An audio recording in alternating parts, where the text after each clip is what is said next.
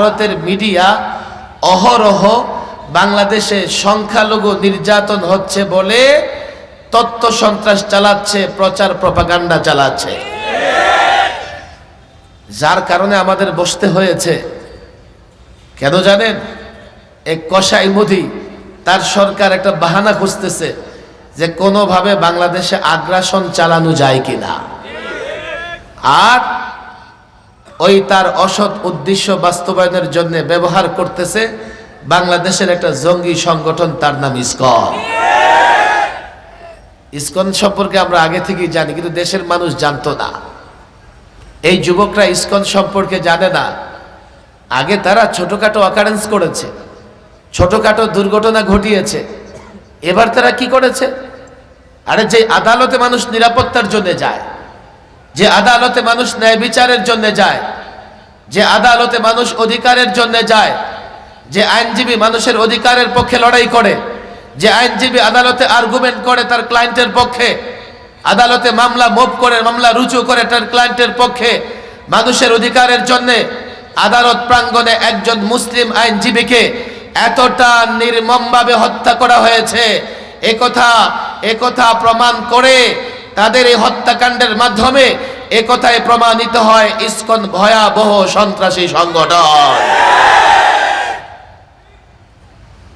আমরা এতদিন এই জাতিকে বোঝাতে পারি নাই, আইন শৃঙ্খলা বাহিনীকেও বোঝাতে পারি না, এখন সবাই বুঝতেছে।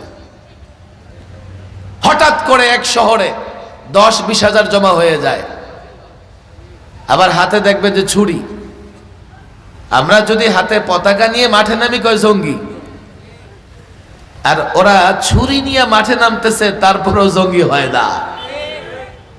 বক্তৃতা কি করতেছে, স্লোগান কি দিতেছে, কতটা উস্কানিমূলক, একটা মুসলমান ধরে ধরে জবাই কর। উস্কানিটা কত ভয়াবহ দিতেছে। আমি তো মাঝখানে অবাক হয়ে গেছি, এমন এক জেলায় বিশাল প্রোগ্রাম করেছে, ওই জেলা তাদের সংখ্যাও হয়তো 2-4 হাজার হবে না। তা আমার একজনে বলতেছে, হুজুর তাদের সংখ্যা কম, তবে আগে যারা জয় বাংলা স্লোগান দিছে এখন ওরা জয় শ্রীরাম স্লোগান দিতেছে। এই জন্য জয় শ্রীরামের পাল্লা ভারী হয়ে গেছে। কেন ইসকন, কেন কসাই মোদি বাংলাদেশকে নিয়ে ষড়যন্ত্র করতেছে, কেন? আমি শুধু এই কেনর জবাব দিয়েই শেষ করে ফেলবো। কেন বাংলাদেশের বিরুদ্ধে, কেন? এবং এই যে আমরা যে মনে করতেছি ইসকন এবং নরেন্দ্র মোদি ভারত বাংলাদেশকে নিয়ে ষড়যন্ত্র করতেছে, অনেক শিক্ষিত সমাজ বলবে হুজুর এটা অমূলক, এটা অবাস্তব, আপনারা বাড়াবাড়ি করতেছে। আজকে দেখো, অবসরপ্রাপ্ত সেনা কর্মকর্তারা ঢাকায় মিছিল করেছে।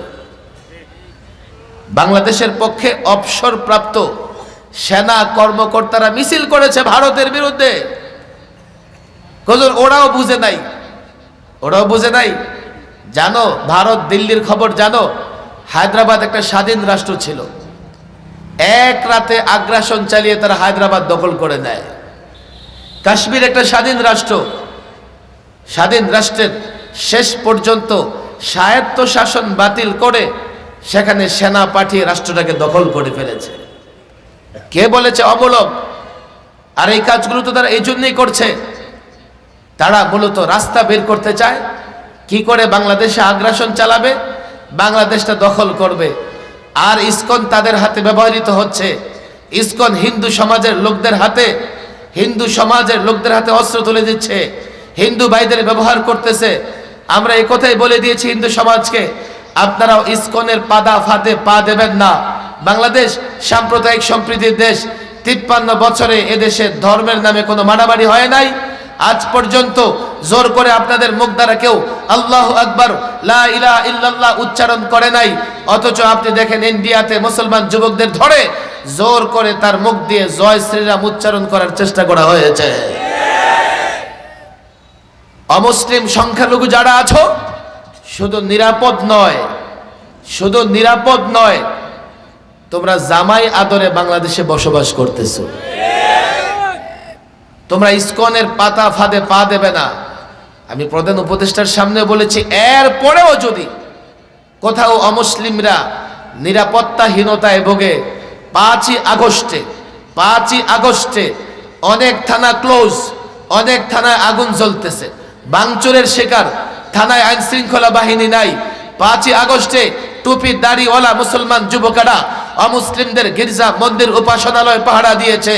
তোমরা নিরাপত্তাহীনতায় ভোগলে আমরা তোমাদের পাহারা দেব, রাষ্ট্র তোমাদের পাহারা দেব।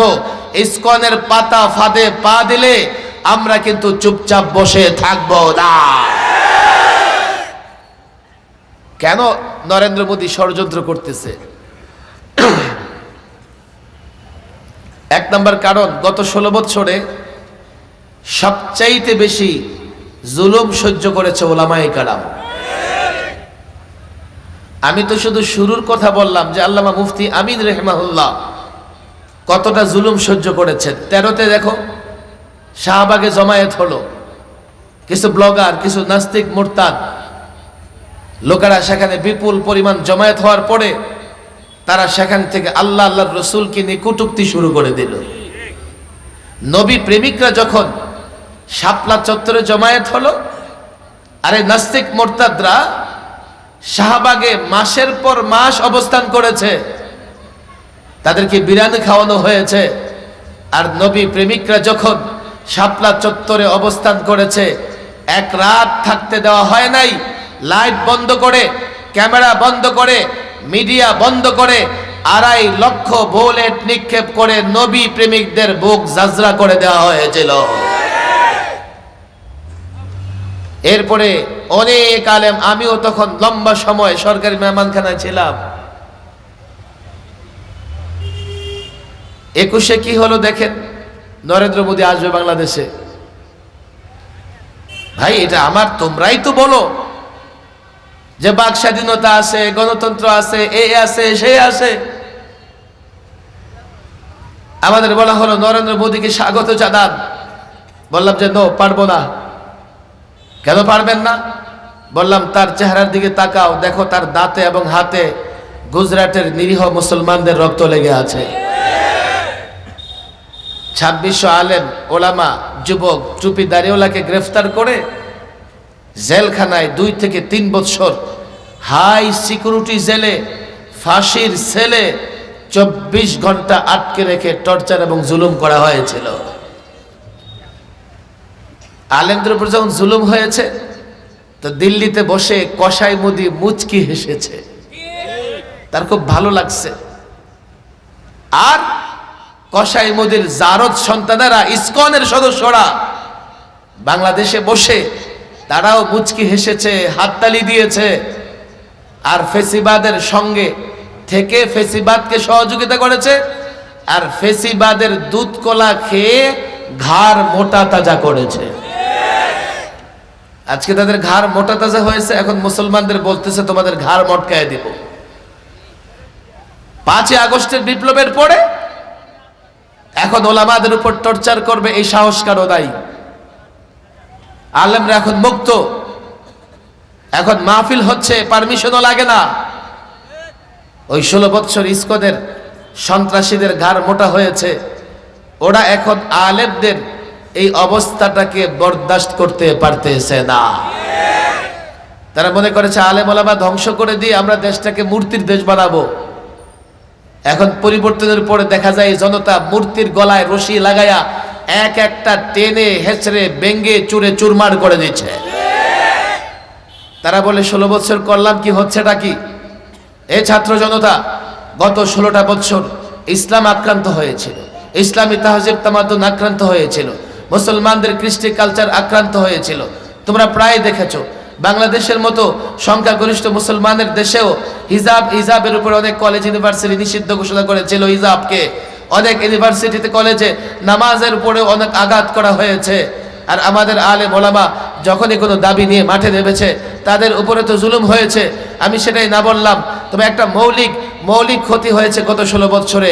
এই নিয়ে আসলে আমাদের শিক্ষিত সমাজ চিন্তা করে না, ছাত্র চিন্তা করে না। মৌলিক সমস্যাটা কি জানো? 2011-তে সংবিধান সংশোধন করা হয়েছে। এই সংবিধান সংশোধন করে 3টা বড় ধরনের পরিবর্তন আনা হয়েছিল। এক, 32 বছর বাংলাদেশের সংবিধানে বিসমিল্লাহির রহমানির রহিম ছিল, এটাকে বের করে দেওয়া হয়েছে। আল্লাহর উপর আস্থা বিশ্বাসের মূল নীতি 32 বছর বাংলাদেশের সংবিধানে ছিল, এটাকে বিলুপ্ত করা হয়েছে, এটাকে মুছে দেওয়া হয়েছে। সেকুলারিজম 32 বছর বাংলাদেশের সংবিধানে ছিল না, তারা সেকুলারিজম এনে এদেশের মানুষের ঈমান ধ্বংস করবার জন্য নতুন করে ষড়যন্ত্র করেছে। আমাদের ছাত্র এবং শিক্ষিত সমাজ বলে, হুজুর সংবিধান দরকার কি? যদি 2 মুঠ ভাত খেতে পারি যথেষ্ট, সংবিধান দিয়ে কি হবে? আরে তুমি 2 মুঠো ভাত কি করে খাবে? ওই দুর্নীতিবাজরা তো তোমার মুখের খাবার কেড়ে নিচ্ছে, আর তাদেরকে রক্ষা করতেছে সংবিধান। তুমি যদি সংবিধান ঠিক করতে না পারো, 2 মুঠো ভাত শান্তিতে খেতে পারবে না। তুমি যদি মনে করো ইসলাম মেনে চলবে, ইসলাম শিখবে, তাও পারবে না। সংবিধানে সেকুলারিজম এনে রাষ্ট্রকে ধর্মহীন করে তোমাকে ধর্মহীন করবার চক্রান্ত হয়েছে। এই সেকুলারিজম নিয়ে অনেকেই পড়াশোনা করে না।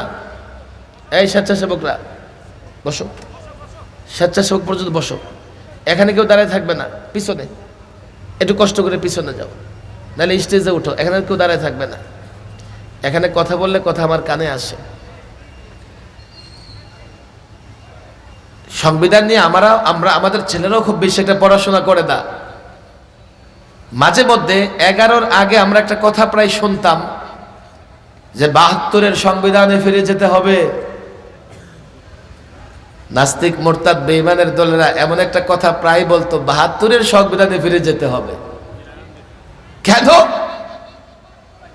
71-এ বাংলাদেশ স্বাধীন হয়েছে, 72-এ যে সংবিধান প্রণয়ন হয়েছে, এই সংবিধানে সেকুলারিজম ধর্ম নিরপেক্ষতাবাদ এনে সর্বপ্রথম তারা চেষ্টা করেছে মুসলমানদের ঈমান, মুসলমানদের বিশ্বাস, মুসলমানদের আকীদা, মুসলমানদের আমল কিভাবে ধ্বংস করা যায়। হাতে পায়ে ধরে বোঝার চেষ্টা করো। প্রশ্ন আসতে পারে, হুজুর সেকুলারিজমে আমার ঈমান কি করে ধ্বংস করবে? আমি 2টা উদাহরণ দেই। আমি জানি আপনারা সিলেটের মানুষ, ঢাকার মানুষ এটা ভালো বুঝে। ঢাকায় একটা এরিয়া আছে Kamal Ataturk Avenue, Kamal Ataturk Avenue. চট্টগ্রামে টানেলের রোডে আপনি ঢুকবেন, দেখবেন সেখানে আছে কামাল আতাতুর্ক রোড। আমি এই জাতির কাছে বারবার প্রশ্ন করেছি, কিন্তু বাংলাদেশের রাস্তার নামে, বাংলাদেশের রাস্তার নাম, বাংলাদেশের এভিনিউর নাম কামাল আতাতুর্ক কেন হবে? কোন সে ব্যক্তি 47-এ লড়াই করেছে বাংলাদেশের পক্ষে, পাকিস্তানের পক্ষে? কেন 71-এ লড়াই করেছে? কই তাও না। দেশের জন্য কোনো অবদান? কই তাও না। তাহলে কামাল আতাতুর্ক নামের একটা ব্যক্তির নামে বাংলাদেশে কেন নামকরণ করা হবে? এই যুবকরা বুঝে নেয়। আফসোসের জায়গা হলো এটা, কেন নামকরণ করা হয়েছে? তারা কামাল আতাতুর্ক নয়, কামাল আতাতুর্কের মিশন, কামাল আতাতুর্কের ইজম, কামাল আতাতুর্কের কর্মপন্থা বাংলাদেশে গ্রহণ করবে বলে আগে কামাল আতাতুর্কের নামের সঙ্গে দেশের মানুষের পরিচয় করাতে চেয়েছে। কামাল আতাতুর্ক কি করেছে? মাদ্রাসার ছেলেরা ইতিহাস পড়ো। সর্বশেষ ওসমানী খেলাফত বিলুপ্ত হয়েছে তুরস্ক থেকে। তুরস্ক থেকে ওসমানী খেলাফত বিলুপ্ত হবার পরে কামাল আতাতুর্ক ইউরোপ থেকে সেকুলারিজম নিয়ে আসলেন। সেকুলারিজম নিয়ে এসে কি কাজ করেছে? ধর্মনিরপেক্ষতা নিয়ে এসে রেজাল্ট, ফলাফল দেখো। দাড়ি নিষিদ্ধ, হিজাব নিষিদ্ধ, মসজিদগুলোকে মিউজিয়াম বানিয়ে ফেলেছে, বর্ণমালা পরিবর্তন করেছে। কয় কেন? কয় এই বর্ণমালাগুলো আরবির সঙ্গে মিলে, আরবির সঙ্গে মিলে এমন বর্ণমালা রাখা যাবে না। মুসলমান বাচ্চারা কোরআন শেখার জায়গা নেই, গর্তের ভেতরে লুকায়া কোরআন শিখত। কামাল আতাতুর্ক সেকুলারিজম প্রতিষ্ঠা করে তুরস্ককে ইসলাম ধর্মহীন করে দিল। আপনারা বলবেন সমস্যা কি? বাংলাদেশের কি সমস্যা? এটা বোঝানোর জন্যই বলছি। দেখো, 11-তে সংবিধান সংশোধন করে সেকুলারিজম নিয়ে আসছে, 12 থেকেই ষড়যন্ত্র শুরু হয়েছে। সবার আগে ষড়যন্ত্র করেছে আমার কোমলমতি শিশুদের নিয়ে, তাদেরকে নাস্তিক মোরতাদ বেঈমান বানানোর জন্যে মুসলমানদের এই পাঠ্যপুস্তক থেকে মুসলিম লেখকদের জাগরণী লেখা বাদ, নবীদের জীবনী বাদ, সাহাবাদের জীবনী বাদ, নিয়ে এসেছে ডারউইনিজম, নিয়ে এসেছে ট্রান্সজেন্ডার, এমনকি ইসলাম ধর্মের বইয়ের মলাটেও দুর্গার ছবি পাওয়া গেছে। সেকুলারিজম কি জিনিস তোমরা বুঝো নাই। সেকুলারিজম যে কত ভয়ঙ্কর জিনিস বুঝো নাই। ডারউইনিজম, বিজ্ঞানী ডারউইন একটা মতামত দিয়েছে, আল্লাহ আমাদের সম্মানিত করেছেন আদম সন্তান, আমরা তো ডারউইনের মতামতে বিশ্বাসী না। তোমরা যারা ডারউইনের মতামতে বিশ্বাসী, আর আমার তো সন্দেহ হয় আল্লাহই ভালো জানে, ওদের যাদের জন্ম নদী নালায় খাল বিলে পার্কের চিপায় চাপায়, ওদের জন্মের পেছনে বানরের অবদান আছে কিনা ওরাই তালাশ করে দেখো। আমরা তো আদম সন্তান, আল্লাহ আমাদের মর্যাদা দিয়েছে। রাষ্ট্র ধর্মহীন করবার জন্য তাদের শক্তি দরকার ছিল, সংবিধান সংশোধন করে তারা সেই শক্তি অর্জন করেছে এবং প্রকাশ্যে খোলামেলা বলে বেরিয়েছে এটা সেকুলার রাষ্ট্র, অধিকার সংবিধান দিয়েছে। দুই নাম্বার কারণ এটা, আজকে আমরা যখন সংবিধান সংস্কার করার উদ্যোগ নিয়েছি, আজকে আমরা দেশের পরিচয় ঠিক করবার উদ্যোগ নিয়েছি, আমরা নানা সংস্কার কাজে হাত দিয়েছি। ওই কসাই মুদির চেলা চামুন্ডা ইসকনের সন্ত্রাসীরা মনে করতেছে 16 বছরে তো এই রাষ্ট্রকে পৌত্তলিক রাষ্ট্র বানানোর অনেক আয়োজন করছি, এখন তোরা কি করতেছে, আমরা যা কষ্ট করেছি আমাদের কষ্টে তো কষ্ট শেষ করে দিচ্ছে। কি করো, দেশটাকে অস্থির করো, নৈরাজ্য সৃষ্টি করো যাতে ওরা সংস্কার করতে না পারে, নৈরাজ্য সৃষ্টি করো যাতে ফেসিবাদীরা আবার ফিরে আসতে পারে। এই ফেসিবাদী শক্তি প্রথমে চেষ্টা করেছে মিস্টার ট্রাম্পের আশেক হইতে, ট্রাম্পের ছবি নিয়ে রাস্তায় নেমে যাও। কেন?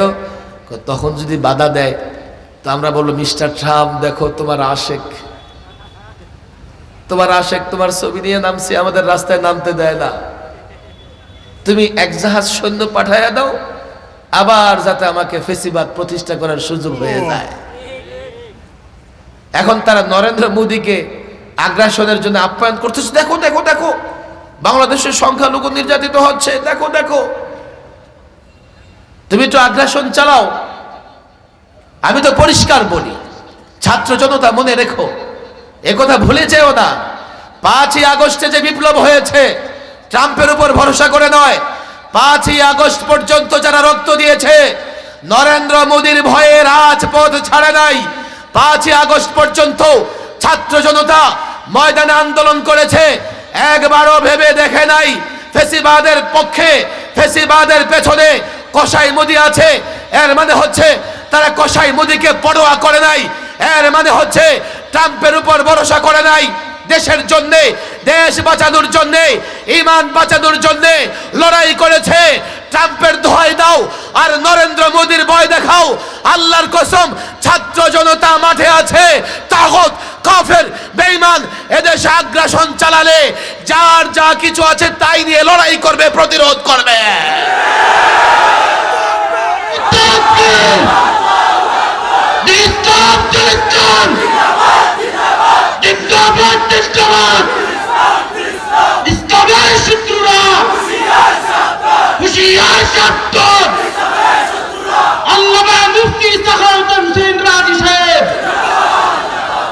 আমি জনতাকে বলি, দেখো বাংলাদেশে এখন একটা সরকার আছে, আমি বলি এটা তালেবান সরকার। এই সরকারের নাম কি? এটা আবার কি বললেন? আমরা তো জানি আফগানিস্তান চালায় তালেবান সরকার। তালেবানের পক্ষে কথা বলবার পরে আমার অন্তত এই বিষয়ে কত যে জিজ্ঞাসাবাদ করছে, আর এখন দেখো আমেরিকাও তালেবানের পক্ষে কয়। আমি সাগত সব ছোট মানুষ না, আমি বলছি আমার অপরাধ। তালেবান মানে কি? তালেবান অর্থ কি? এ যুবকরা মুখস্থ করো, তালেবান অর্থ কি? তালেবান অর্থ আফগানিস্তানে একটা যুদ্ধ বিধ্বস্ত রাষ্ট্রকে উদ্ধার করে একটা স্থিতিশীল রাষ্ট্র, শান্তির রাষ্ট্র প্রতিষ্ঠা করেছে তালেবানরা, ছাত্ররা। এরপরে এই ছাত্ররা যে সরকার গঠন করেছে সেই সরকারকে বলা হয় তালেবান সরকার, তাই তো? বাংলাদেশে 5ই আগস্টের পরিবর্তনের পেছনে রক্ত দিয়েছে ছাত্ররা, সরকার গঠন করেছে ছাত্র, আবার 3 জন ছাত্র আছে উপদেষ্টা। ও কথা ঠিক না বেঠিক? ছাত্ররা বিপ্লব করেছে, ছাত্র সরকার গঠন করেছে। আফগানিস্তানের ভাষায় বলতে হলে বলতে হয় ছাত্রদের সরকার মানে তালেবান সরকার। যুগে যুগে আল্লাহ মুসলমানকে, মুমিনকে সাহায্য করেছেন, হেফাজত করেছেন। এর বড় প্রমাণ হলো আফগান। 20 বছর আমেরিকা আফগানে বোমা নিক্ষেপ করেছে। আমেরিকা, নেটো, কি ভয়াবহ বোমা! পাহাড়ের উপরে ফেললে এই বোমা পাহাড়ের ভেতরে নিচে গিয়ে পুরো পাহাড়টা নিয়ে আকাশে উঠত। আমেরিকা, নেটো মনে করেছে আফগান খতম। কিন্তু 20 বছর পরে যখন স্বাধীনতাকামী, শান্তিকামী আফগানি তালেবানরা রুখে দাঁড়িয়েছে, আমেরিকা, নেটোর সোলজাররা লঙ্গি গামছা নিয়ে পালাবার পথ খুঁজে পায় নাই। প্লেনের ছাদে উঠেছে, আবার কার্গো প্লেনেও উঠেছে। এটা কিসের প্রমাণ? আল্লাহ মুসলমানদের সহযোগিতা করবে যদি তুমি মুসলমান হও। কিসের ভয় পাও? আর আমি তো বলি একটা মুসলমানের বাচ্চা অ্যাটম বোমার চাইতেও শক্তিশালী। সত্যিকার অর্থে মুসলমান হও।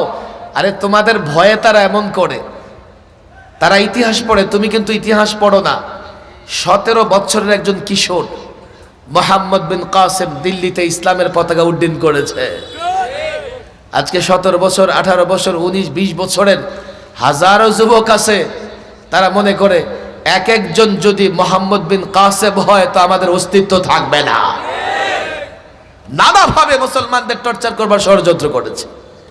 জঙ্গি বলো, সন্ত্রাস বলো, এগুলা সব কুফর এবং মুশরিকদের শেখানো স্লোগান।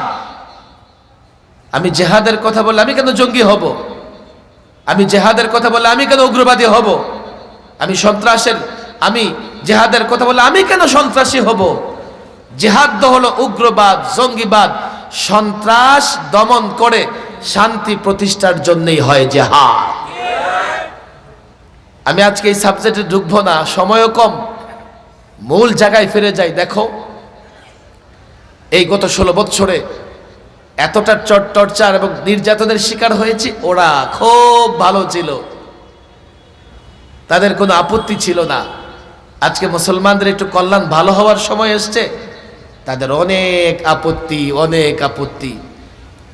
দিল্লির নানান মিডিয়া এমন এমন কাল্পনিক সংবাদ প্রচার করতেছে, অথচ আপনারা এই দেশে আছেন, সংখ্যালঘুর নেতারাও এই কথা বলল যে না না না, আমাদের উপর তো কোথাও টর্চার হয় না। এর মানে দিল্লি আগ্রাসনের পথ বের করতে চায়। আর এটাকে কাল্পনিক মনে করবেন না, তাদের চরিত্রে এই ধরনের ইতিহাস আছে। তো ভয় পাবেন না, ভয় পাওয়ার কোনো কারণ নাই। আমি যুবকদের বলি, তোমার কাছে একটা পাওয়ার আছে, তুমি একটা পাওয়ার লালন করো। সেই পাওয়ারটা হচ্ছে ইসলাম, সেই পাওয়ারটা হচ্ছে ঈমান। আল্লাহর নবী মুহাম্মদ আরবি মক্কায় থাকতে পারেন নাই, মদিনা চলে গেছেন। কোন পাওয়ার তার হাতে ছিল? সাহাবা একরামের হাতে এমন কি পাওয়ার ছিল? এরপরে প্রায় অর্ধ দুনিয়া মুসলমানরা শাসন করেছে। তোমার একটা পাওয়ার আছে, আর ওই পাওয়ার থেকে যদি দূরে সরে যাও, কাফের বেঈমানের মোকাবেলায় টিকতে পারবে না। দেশটাকে হেফাজত করতে হবে। কেন জানো?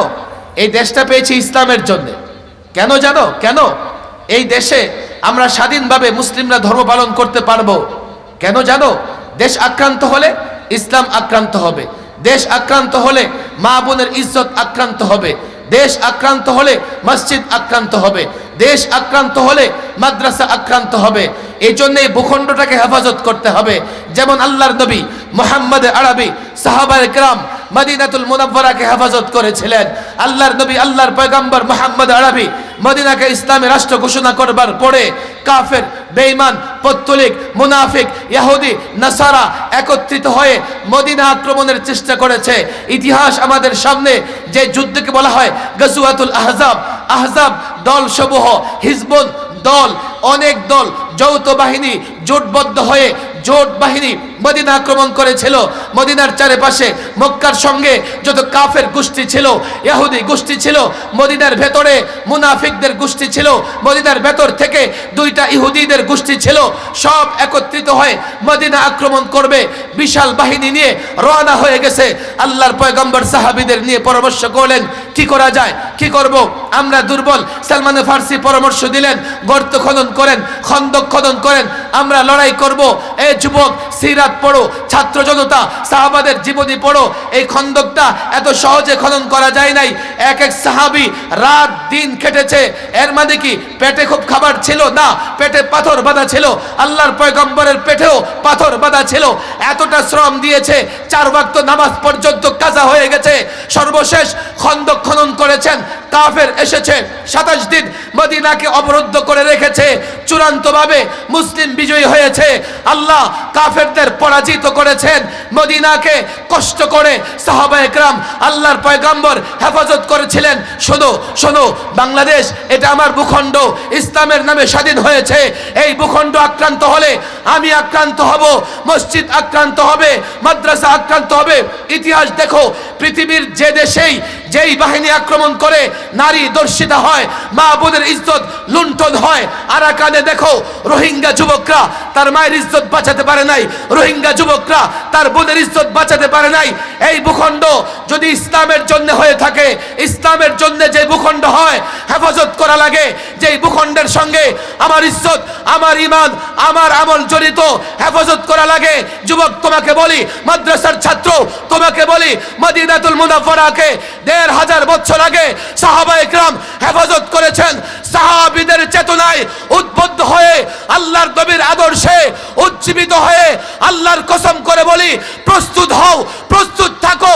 কাফের দুনিয়া, তাগুত দুনিয়াকে জানিয়ে দাও, তাগুত কাফের বেঈমান যেই আঘাত করুক না কেন তার বিরুদ্ধে লড়াই করব, বিনা লড়াইয়ে ছাড়ব না।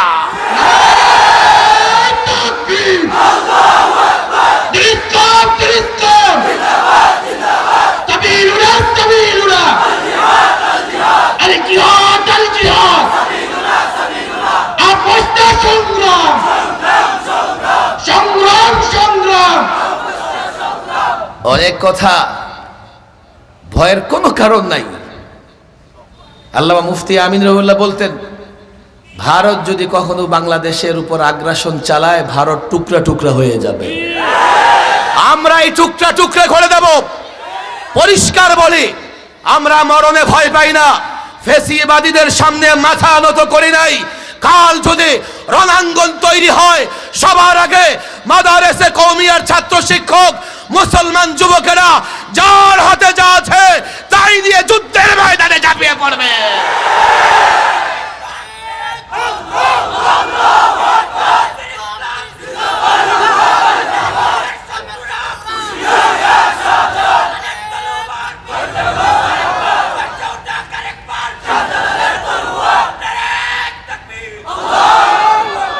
ইসকনের সদস্যদের ফাঁদে পা যেন কেউ না দেয়। আমি আমার অমুসলিম ভাইদেরও বলি, আপনারা নিরাপদ। যদি মনে করেন ভয় আছে, আরো নিরাপত্তা দেওয়া হবে। আমরা জোর জবরদস্তিতে বিশ্বাসী নই। এই জন্য এই 53 বছরের বাংলাদেশে আমরা আজ পর্যন্ত কোনো অমুসলিমকে বলি নাই যে মসজিদে আসো নামাজ পড়ো। একবারও বলি নাই তুমি পূজা করতে পারবে না, তোমার মন্দির ভাঙবো। পার্শ্ববর্তী দেশে অহরহ তাই হচ্ছে, মসজিদ ভাঙা হচ্ছে। বাংলাদেশের সরকারি জায়গায় মসজিদ পড়লে মসজিদ ভাঙা হয়, কিন্তু মন্দির ভাঙা হয় না। এতটা আরামে আছে, তারপরও ভালো লাগে না। আরো নিরাপত্তা চাও, আরো নিরাপত্তা দেব। যেহেতু সাম্প্রদায়িক সম্প্রীতির দেশ আর ইসলাম সম্প্রীতির কথা বলে, কোনো ভয় নাই তোমাদের। কিন্তু ইসকনের এই সন্ত্রাসী গোষ্ঠীর ফাঁদে পা দিতে পারবে না। আপনাদের বলি সজাগ থাকবেন।